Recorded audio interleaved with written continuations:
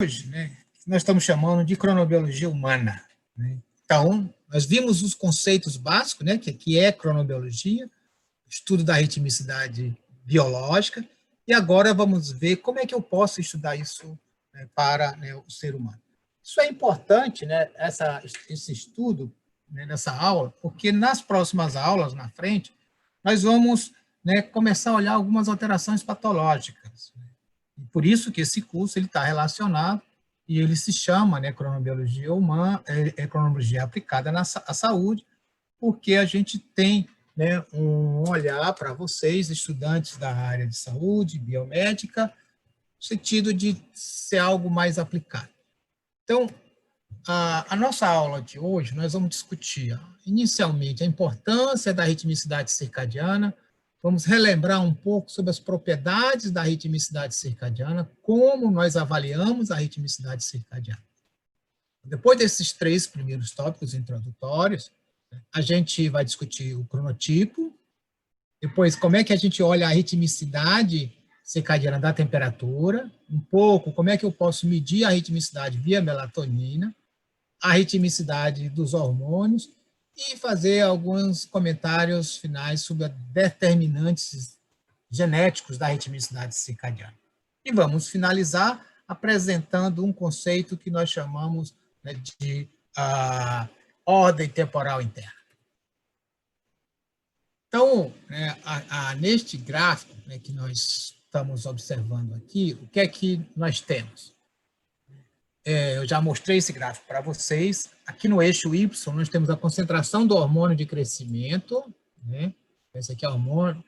E aqui no eixo X, nós temos o tempo.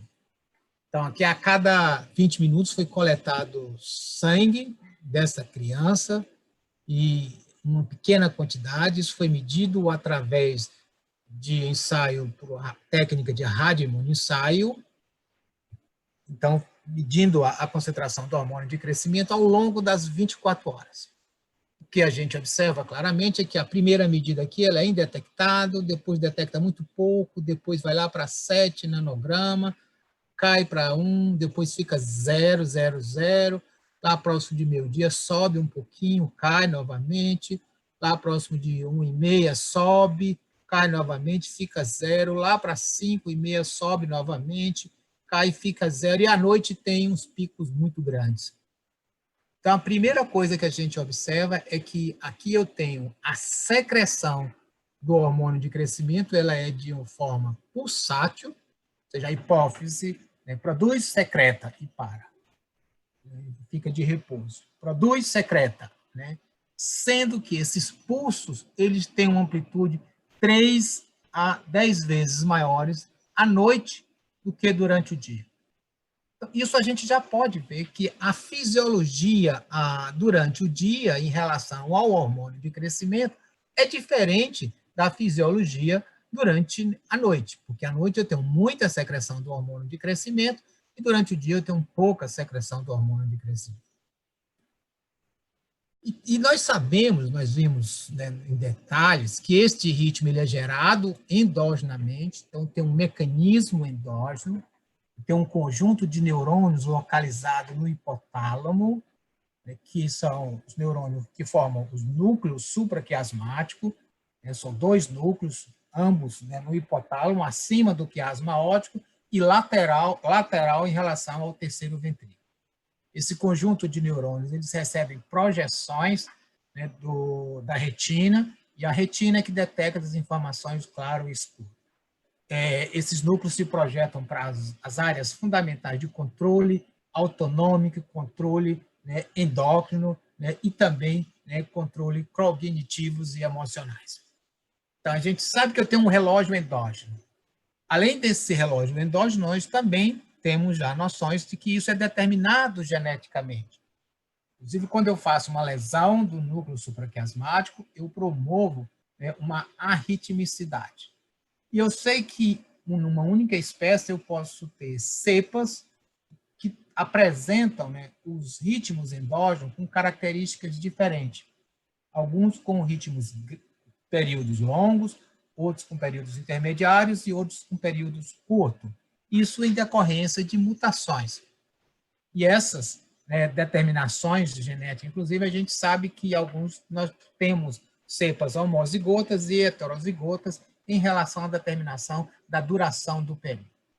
Então, se eu tenho um animal com um período muito próximo de 24 horas em condições de livre curso, eu faço uma lesão do núcleo supraquiasmático, esse animal fica rítmico. Se eu fizer o transplante dos núcleos supraquiasmáticos, essa ritmicidade ela retorna. Então, você recupera a ritmicidade com o transplante dos neurônios do núcleo supraquiasmático da mesma espécie. Sendo que, se eu tiver o doador for um mutante e tenha um ritmo diferente do que o receptor tinha anteriormente, o ritmo que vai ser recuperado é o ritmo do doador e não do receptor, mostrando uma evidência muito clara que esses neurônios do núcleo supraquiasmático são importantes, são necessários, né, para a determinação da característica do ritmo, ser endógeno e geneticamente.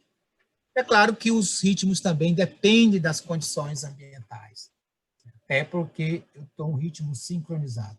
A duração da fase clara, duração da fase escura, variações de temperatura, alimentação, ou seja, a presença, né, a disponibilidade ou não de alimentação, tudo isso pode, né, influenciar, né, na ritmicidade.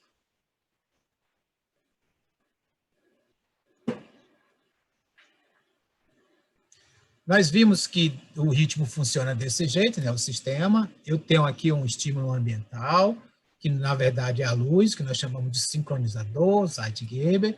Eu vou ter o oscilador, que no caso dos mamíferos, o principal é o núcleo supraquiasmático, também metaforicamente chamado de relógio biológico. E eu vou ter a expressão, né, do ritmo. Eu vou ter as vias de entradas e as vias de saída.